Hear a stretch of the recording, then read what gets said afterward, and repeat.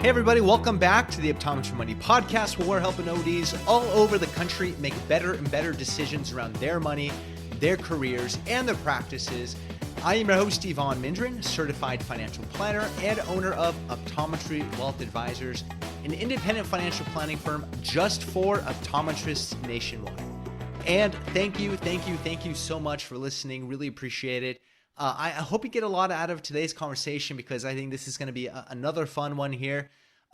Today, I'm going to talk all about financial planning considerations for the early years of practice ownership, from doors open to the first 3 to 5 years. What are some financial planning considerations that you need to think about both in the practice, in the business, and outside of the business? And in last week's episode, I talked about what are the different financial planning considerations you need to think about as you lead up to practice ownership. And really to sort of summarize that, you need to think about creating cash flow flexibility and building up some cash, some liquidity as you head towards practice ownership, whether that's cold start from scratch or purchasing in. And I guess I could have shortened that whole episode by just saying that. Just as you make financial decisions, ask yourself, are these financial decisions helping you to create cash flow flexibility as you get to the point where you want to own a practice and helping you to build up cash liquidity, both to help provide a long enough financial runway in your household so you can keep the lights on, pay the bills, put food on the table, keep the family happy, but also, and really importantly, to prepare yourself for lending, because ultimately that's what's going to help you get into practice ownership. So go ahead and listen to that. That's sort of the first part of this 3-part series. Today, I'm going to talk about what you need to think about from doors open and in these early years of practice ownership, a lot of which is going to be from a cold start perspective, but a lot of it will apply as well if you have purchased into the practice. So let's dive in here. And so you've opened your doors. You are open for business. You're marketing. You're taking in patients. You're growing the business. This is a really fun, exciting time for you as you're finally realizing this goal of yours to own your own practice, to build your practice and mold it according to your vision for the business and your scope of care and how you want to treat your patients. And in these early years, if you're a cold start, you're really focusing on fighting to grow the business. What is it going to take to grow this business, to see that patient flow increase, to increase the amount of days you're working full-time in your own practice versus associating part-time elsewhere, and learning what it means to own a business. And if you've purchased, you're also doing that. You're fighting to grow and improve the business that you now own and focusing on learning how to make that transition from being an associate, an employed doctor, to now owning the practice. And what does it mean to be a business owner and to manage and to lead? And all of that takes time and adjustment. You may even be implementing new ideas and new services and new ways of doing things that you may have had in mind when purchasing the practice. And if you are a part owner, a co-owner, a partner, then you're learning how to be a co-owner and take on additional responsibilities. So there's a lot on your plate at this point in the practice, and it's a big transition in the business while trying to be with your family and spend time with your family, because I'm sure your family would like to see you now and then. So this is a really busy time, an important time. You've got a lot on your plate as a new owner. And I feel it, man. I know what it's like to transition from being an associate, in this case, financial planner, but being the associate, a professional in a private practice, to then cold starting your own business. I've gone through that and am going through that currently as we speak. So I know what it's like. I know what you're feeling. And knowing all that, what are some financial considerations that you need to think about as you are getting this practice up and running or improved and you're growing your business? Well, the first thing you want to think about is that now that you own the business, you want to get a feel for what your financials are telling you, what your financial statements are telling you. And you want to have as clean and accurate and timely of accounting and bookkeeping as you possibly can from the very beginning. And you're not going to have a lot of history to track if you're a cold start. If you're purchasing an established practice, well, you do have history to look back to, and now that you can compare that moving forward. But if you're a cold start, you don't have any history to look back to. So it's really all about getting familiar with your financial statements, what they're telling you, what you should learn from them, and watching that as the history of the practice unfolds over time. And as you see financial results end up on these financial statements, you can track that and see how it unfolds over time so that you can learn from them, read them, and make decisions, make changes in your practice. And also get a feel for what the internal KPIs, what the operating key performance indicators are telling in your practice. And think about which ones are important for you to keep an eye on early on. What are your leading indicators as you are getting this new business up and running? What are your leading indicators that leads to the financial results on the financial statements? Because those financial statements are lagging indicators. They tell you the results of everything that's happening inside of the practice. So what are the leading indicators that you need to keep an eye on? And probably as a new practice, it's most likely going to be patient flow. Like that's going to be a really important thing to look at. Are patients coming in? Are more patients coming in? That's probably going to be the biggest leading indicator there. One thing I'll say is that I had interviewed Dr. Chad Fleming a while back on the podcast, and I'm going to throw a link to the show notes to that episode because he talks about 4 measures that he uses of practice health. And if you don't have any other KPIs to look at, if you've got nothing else to track over time, listen to that episode and just take those measures and start reviewing them and just change and adapt them to your own business. And that's episode 17. So you can just go to optometrywealth.com//17, and I'll throw a link to that in the show notes. But keep an eye on some of those internal KPIs, those leading indicators of your practice health, and also look at what are your financial statements telling you. And there's 3 financial statements you need to look at in your business, really in any business. There's the balance sheet, there's the profit and loss statement or income statement, and there's a statement of cash flows. And the balance sheet is a snapshot in time, right? So at a particular day in time of the financial health or status of your business. And what you're going to see on there as you pull it up, you're going to see the assets, so what your business owns, the debts, what your business owes, and then the shareholders' equity or the owner's equity. And that's what's left over for you, the owner. And one thing you'll notice about this balance sheet is that there's an equation that should hold true at all times. And that is that total assets in your balance sheet, in your business, should always equal the total debts plus the equity of the practice. And that should always be true at all times. And if you think about it, that sort of makes sense because your business owns these assets, it owns these things, and someone has a claim on those assets. That's either going to be the lenders that lent you money, often to increase the amount of assets, to buy assets, or it's going to be you as the shareholder. And you're going to see this reflected in the different transactions that go on in your business. For example, if you take out debt to purchase a new piece of equipment, a new edger, 4-opter, visual field test, whatever it may be, what you're going to see is that your assets will increase because you have a new piece of equipment in the business, and your liabilities should increase equally.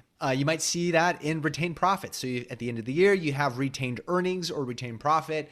You might see that your cash has gone up, but you're also going to see your shareholders' equity increase. Within assets, there can be changes that are equal within assets. You might see transactions that only impact things within assets. So for example, if you purchase a piece of equipment with cash, what you're going to see is that your cash value will go down and your equipment assets will go up. So all of these different transactions have to have an equal impact somewhere else on this equation of assets equals liabilities plus equity.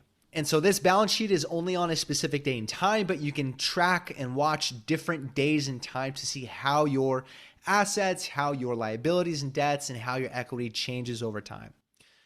The next one, and something that most practice owners are probably most familiar with, and that's going to be the profit and loss statement or your income statement. 2 names meaning the same thing. And what you're going to see on this profit and loss statement, just like the name implies, it's going to show you the collected revenue.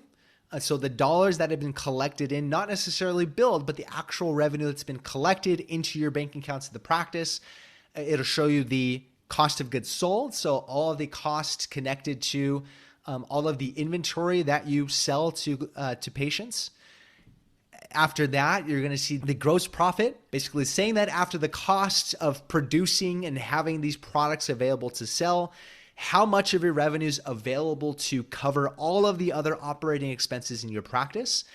And then you've got all the different lists of operating expenses. You're going to have occupancy costs, everything connected to leasing or renting your location. You're going to see non-OD compensation. You're going to see OD compensation, or if it's just you, the owner's compensation. You're going to see marketing costs. You're going to see general administrative expenses, which is sort of just the catch-all for all the other things. So you're going to see all these different categories of operating expenses in the practice, interest, things like that. And then after that, you're going to see the operating profit. And if there's no other extra income like credit card reward points or anything like that, that's going to be the net profit of the business. Basically, what's left of your revenue after all of your expenses are subtracted away.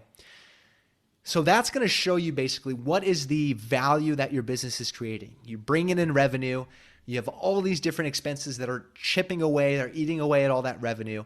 How much do you as the business owner get to keep out of that revenue after all those expenses? So this is a really important number, and collected revenue can be a vanity metric. It can be misleading. You don't want to keep a focus only on revenue. Revenue is great. Revenue is necessary, but you want to keep a focus on profitability.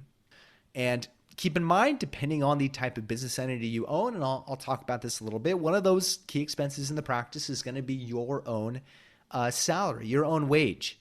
And I'll talk about that more. But keep revenue's good, profit is even more important. What are you as the business owner or as a shareholder getting to keep from the operations of that business? And then the third one is going to be statement of cash flows. And that's going to show you the actual cash flow activity into and out of your practice. And it's going to break these cash flow activities down into your operating activities. So everything connected to the actual operations of your optometry practice. It'll break it down into investment activities. So either buying or selling the assets, the long-term assets of your practice. Think of equipment, things like that. And then there's going to be financing or financial activities. And that's things related to gathering capital for your business. So things like shareholder distributions, owners distributions out of the business to yourself, or adding your own capital, your own dollars into the practice, or financing. If you have to get financing from somewhere, that financing activity, or paying down debt, that financing activity is going to be in the statement of cash flows. And this isn't always the most intuitive and easy to read statement, but it's really important. And I think just more conceptually, what's really important is that you want to keep a close eye on the actual cash flow of your business, because there can be a sometimes material difference between the profit on your business and the profit and loss and the cash flow of your business, meaning actual dollars in and actual dollars out, for a few important reasons. A lot of which due to accounting or tax-related rules or maneuvers, I guess you can say, for tax planning sometimes. And an example of that is debt payments. So you borrow money to purchase equipment in the practice or to do a build out in the practice. And on the profit and loss statement, all you're going to see are the interest expenses of that debt. Only the interest portions of those debt payments, or at least you should. You should only see the interest portion of those debt payments. However, what about the cash flow? Well, when you look at the actual cash flow, the full payment's coming out of the practice, both the interest and principal. That's the principal portion. Well, where are you going to find that? Well, that's going to be on your statement of cash flows in the financial activity portion, or on your balance sheet. You'll notice that on your balance sheet as cash decreases from one period to another, and also your liabilities decrease from one period to another. Other examples are if you see depreciation or amortization, which you probably would see if you purchased a practice. Those depreciation and amortization expenses are not actual cash expenses. They're basically just paper or tax expenses. It's allowing you to show the recouping of the cost of those investments, over time. So those are going to impact your tax return, profit and loss, but it's not actually going to impact the cash flow of the business. Other things that come later on are like shareholders distributions. If you are distributing too much money, you might notice that cash flow is tighter than expected, even though the business is profitable. So keep a close eye on the cash flow of the business. Ultimately, businesses don't survive if you're not able to manage the cash flow of the business and make good decisions around how you're using your cash and how you're using the dollars next. And there are some good and popular frameworks that you can read about in terms of how to think about and track and control the cash flow of your business. The first one is Simple Numbers, Straight Talk, Big Profits by Greg Crabtree. And the other one is Profit First by Mike Michalowicz. Both are pretty popular. I tend to lean the direction of the first one, but both are very different and both are very useful. You can learn something from both of them. So I think those are good books for you to pick up and read and get to learn more about how the cash flow of your business works and put a framework together. These are conversations I'm helping with clients as well, is putting a framework together of how to decide what to do next with your dollars as it comes in. So getting a good feel for the financials of your business and learning about what those financial statements are telling you and making decisions on those financials as they're unfolding, as well as the KPIs, the data within your business are really important. Even though you don't have all that history yet if you're a cold start, but you at least want to start to track it over time so you can make good decisions. And one other thing I'll say, and I guess one last thing I'll say on this point is that always, when you're looking at these numbers, ask yourself why. Like, have a curiosity in terms of why are these numbers showing up on your financial statements? If there's changes in revenue or expenses or profit, ask yourself why. Why are these things happening? If collected revenues increasing and you've noticed that there's no change in patients, your revenue per patient or revenue per exam is increased. Why is that? Why are some of these things changing? Is it better training? Is it a new process? Is it new equipment? You just want to get to the core you want to get to the core reason of why these things are changes so you can make better decisions about that. And something that always comes to mind is there's a book by Eric Rice called The Lean Startup. And in the book, Eric writes about this method of the 5 whys. And in this context, he's talking about when you're confronted with problems, how to get to the root cause of what's actually causing the problem. And to do that, he talks about asking why 5 times. A frame order was in place. Well, why? Well, because so-and-so didn't actually get this done. Well, why didn't they get that done? Well, because they thought this was supposed to happen, but it actually turned out it didn't happen. Well, why did they think that was supposed to happen? Or why didn't it happen? So as you ask yourself why an additional time, you start to peel back the layers and get down to the actual root problem instead of what the problem looks like on the surface. As Eric writes, at the root of every seemingly technical problem is a human problem. Or others might say, behind every human problem is a system or process problem. And, Eric goes on to write that most problems that at first appear to be individual mistakes can be traced back to problems in training or to the original playbook for how the service is to be delivered. So, asking yourself, and that's in the context of tackling issues or problems that you come up with. But you can also take that same curiosity and framework for asking yourselves what's going on with positive changes in your business. Why are things changing the way they are? And if you can get down to the root of that, you can lean into that a little bit more. All right, so that's understanding your financials, getting a good feel and keeping a close eye on the cash flow of your business and making decisions on how to use the next dollars next. The next thing you'll want to think about as your revenue is growing, profit is growing, is building some stability in cash reserves. Ultimately, building up a cash reserve is important. You don't want to hold too much cash in your practice. There's a point that's appropriate to act as a buffer for times where expenses increase at the same time that revenue might decrease. You do want to have an appropriate cash buffer in the practice so that you can weather the ups and downs of the cash flow of your business without leaving too much inside of the practice. Next thing you'll think about as your business is growing is owner's compensation. So how do you provide a paycheck to yourself as the owner of the business? And this isn't going to happen right away with a cold start, but it will happen over time. And And how this is best done, it really depends on the type of practice, or I should say the type of business owner that your practice is and how it is taxed.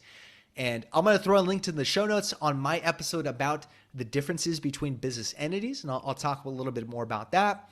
But sort of on a high level, if your practice is an LLC and you've not chosen to be taxed any other way, it's taxed just like a sole proprietorship if you're the only owner of the practice. And in that case, you're not going to have a wage, an actual pay stub or a salary. Instead, you're just going to be relying on owner's distributions. So distributing or just sending money out of your practice bank account into your personal bank account. So that is an owner's distribution. And if your practice is taxed as an S corporation, which is common from a tax planning perspective as your profitability increases, but there are also some states like California that don't allow you to operate as an LLC. And so you're sort of forced to open a professional corporation, often choosing to be taxed as an S corporation. And what does that mean? Well, when you're taxed as an S corporation, you are required to first pay yourself what the IRS would call a reasonable wage.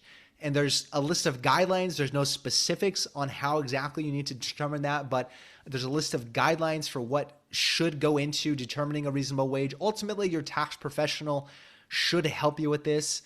And it's basically going to be boiled down to what would you pay someone else on the open market to do the work you are doing in the optometry practice.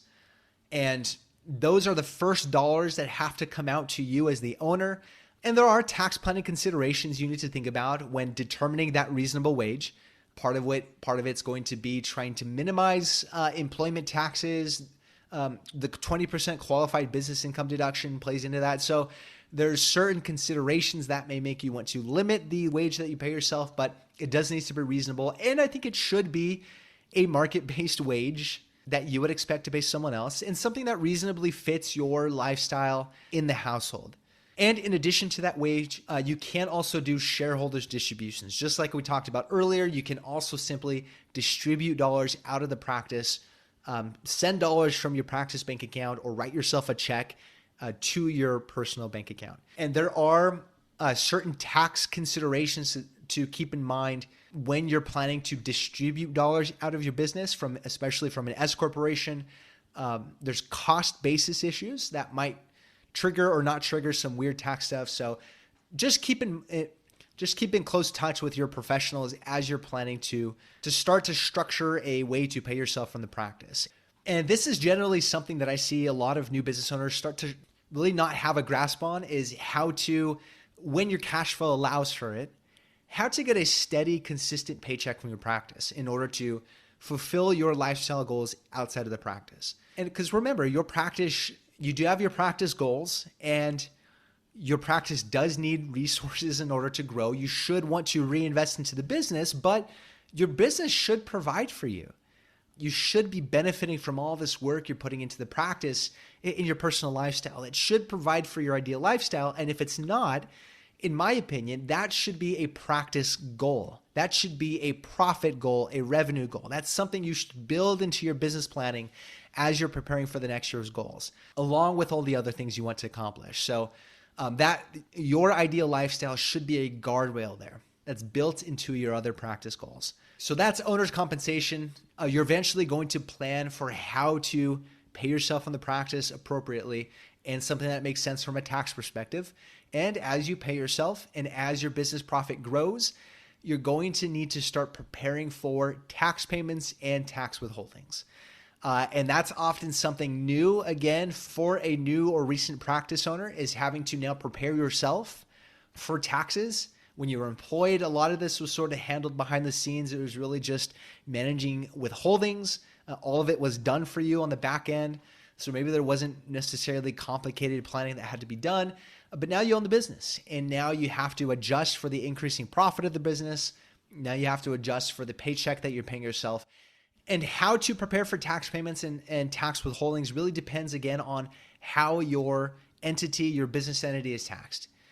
If you are not taxed as an S corporation, you're probably just focusing on estimated tax payments. So as quarterly tax payments in April, June, September, and January.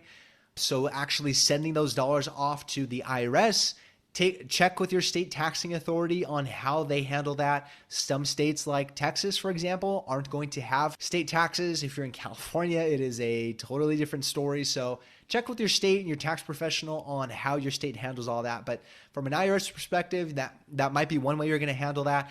If you are taxed as an S corporation, because you have a wage, you can do both tax withholdings in your pay stubs and also quarterly estimated payments on top of that. And it's really, again, it really depends on the total amount of payments and withholdings that end up on your tax return from all sources. Keep in mind, if your wife works as well, if your husband works as well outside of the practice, his or her tax payments are going to count into that as well. And as you do that, there's two goals you're sort of wanting to keep in mind. Number one is to avoid penalty for under withholding, and also to withhold or pay enough so that you don't have a massive tax bill at tax time, and create a cash flow crunch for yourself.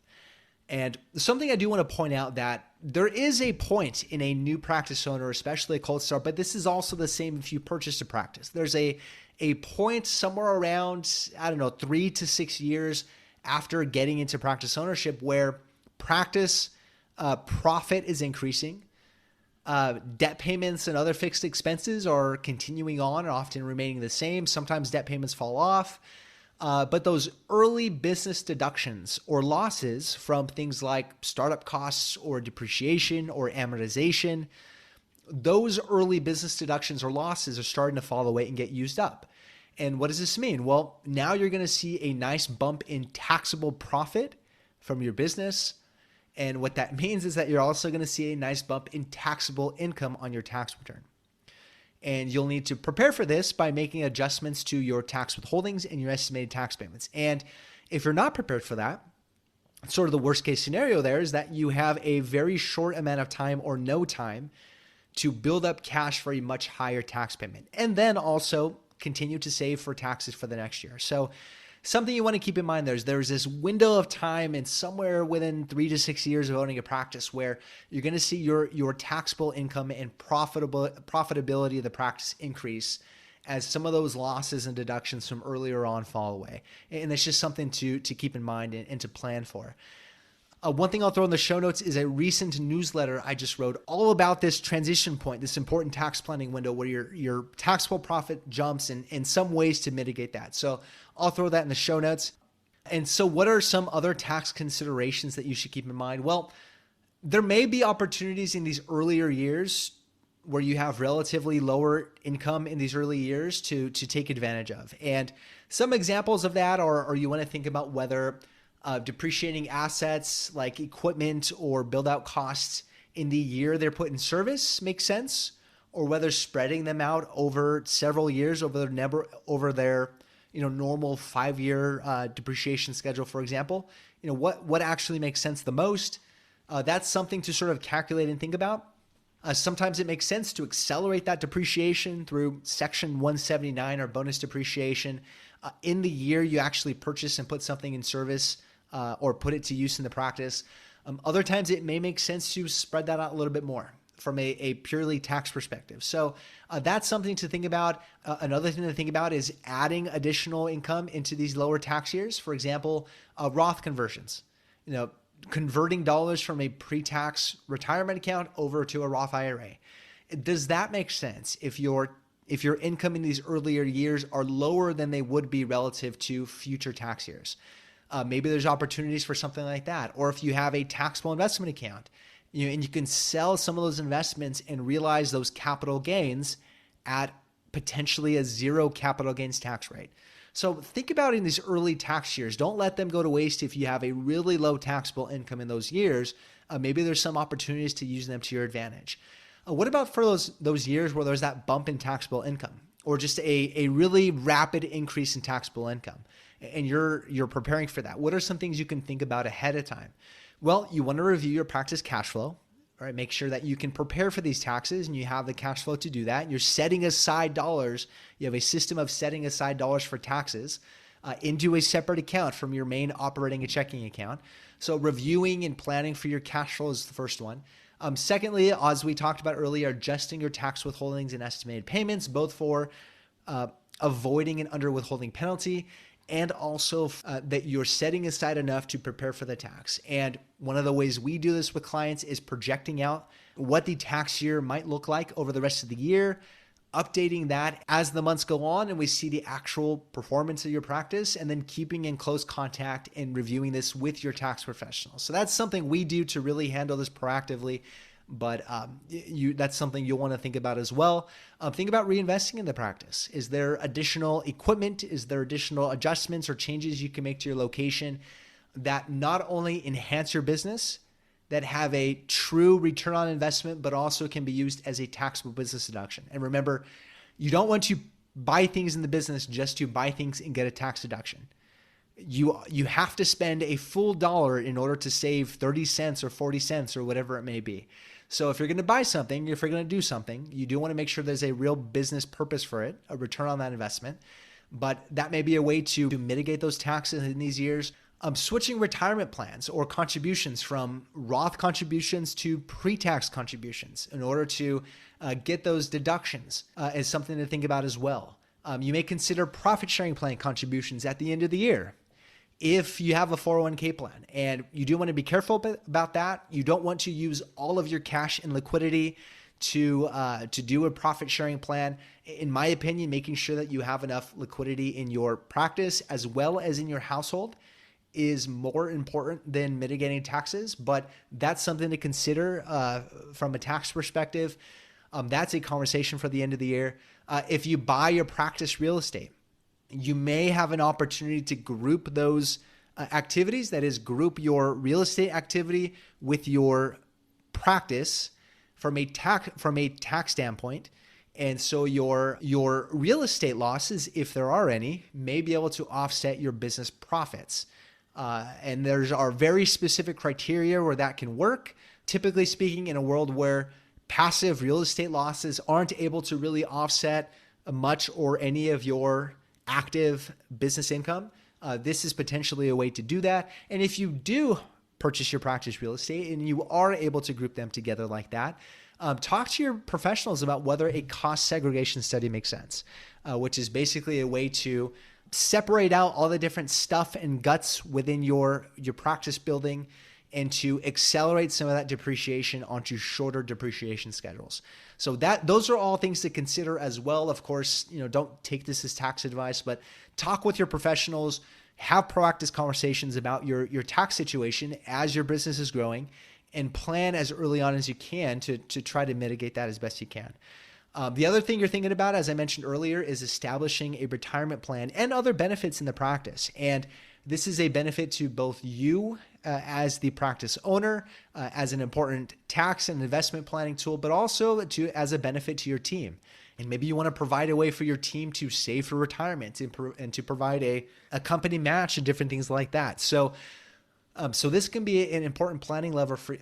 And so this is an important lever for you as the owner, as well as to help attract and retain good employees. And usually you're going to decide between a simple IRA plan or a 401k plan for the practice. I just did 2 episodes with Matt Ruttenberg, all about this decision on how to choose and then get the most out of the different retirement plans in your practice. So listen to that. But one thing I'll say is that, simple IRA is often going to be a stepping stone plan. It can work just fine, right away if this is the first thing you're thinking about, if all you want is just to get something up and running for the practice. But at some point, you're going to outgrow it and you'll be ready for a 401k plan. And so just be ready to make the adjustment when it makes sense.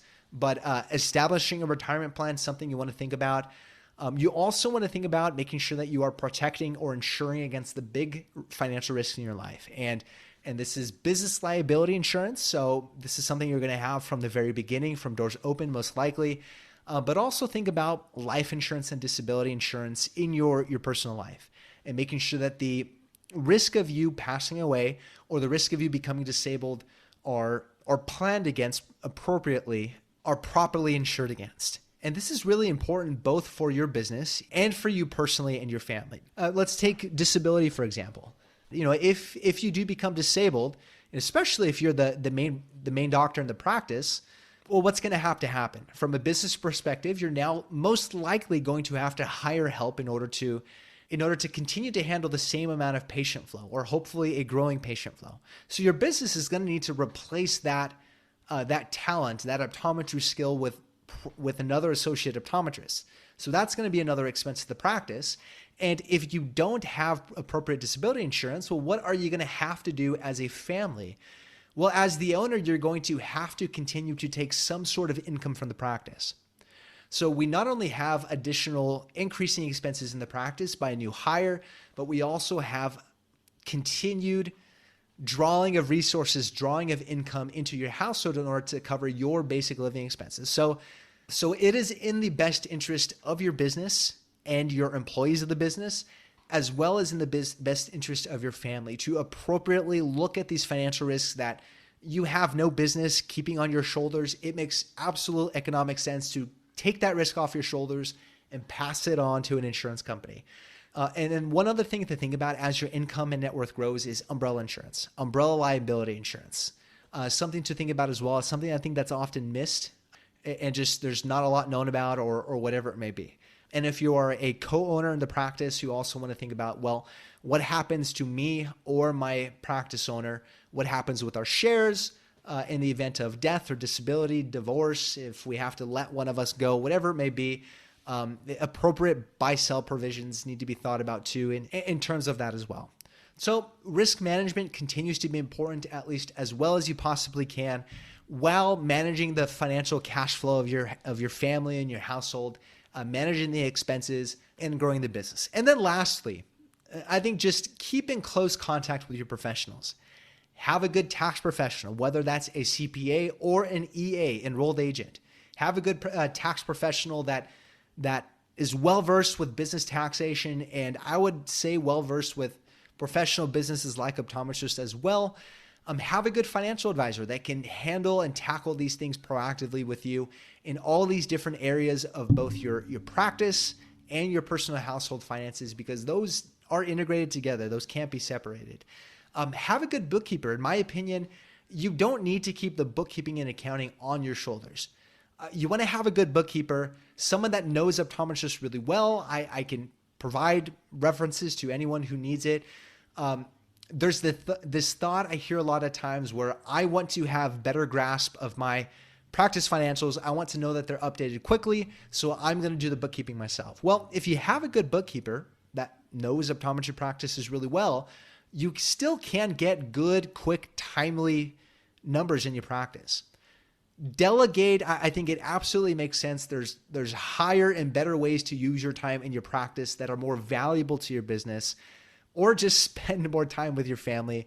Absolutely, I think it totally makes sense to hire and invest in a good professional bookkeeper. You want to delegate the collection and the organization of your books, of the financial numbers. But you don't want to delegate. You do absolutely want to focus on reviewing the financials, analyzing the financials, projecting forward, and then making decisions. That's really where your time is best spent. And then lastly, of course, with an attorney as needed and a good independent insurance broker, I think makes sense as well. So I'm keeping in close contact and in proactive conversation with these different professionals so that you can get the advice that you need as your business grows and before you run into one of these business growth speed bumps or growing pains. So hopefully, I knew I throw a lot at you here in this conversation, but hopefully these are helpful things that you can think about as your business is growing, as you have doors open, as you start to mature into an established growing businesses, building your team, establishing your processes, things like that. Hopefully these different financial topics are helpful for you to at least think about, right? I can't give you the advice you need to solve them all here in this podcast episode, but hopefully this is helpful to give you things to think about as your business grows. And if you have any questions on any of this, reach out to me, Evon, EVON, at optometrywealth.com. You can check out all of the different links and podcast episodes and resources that I mentioned in the episode in the show notes, which you can find at the Education Hub on my website, www.optometrywealth.com. And while you're there, feel free to schedule a no-commitment introductory call, and we can talk about how I help optometrists navigate all of these different things within a growing, thriving private optometry practice. So reach out. Would love to have a conversation with you. And then lastly, stay tuned in our next episode. In next week's episode, I'll talk all about different financial planning considerations for a more mature, established practice and some things to think about there. So hopefully you enjoyed the episode. If you did, leave a review. I would really love to see your thoughts and feedback on the podcast and different episodes. And it would be helpful to get this information in the hands of your peers and other optometrists like you. And with that, we'll catch you on the next episode, and take care. Want more resources to help master your money? Check out the Education Hub on Evon's website at optometrywealth.com. Evon Mindren is a certified financial planner and owner of Optometry Wealth Advisors, a California registered investment advisor. All opinions of Evon and his guests are their own. This show is for informational purposes only and should not be relied on for specific investment, legal, tax, or other decisions. Clients of OWA may own securities mentioned on this show.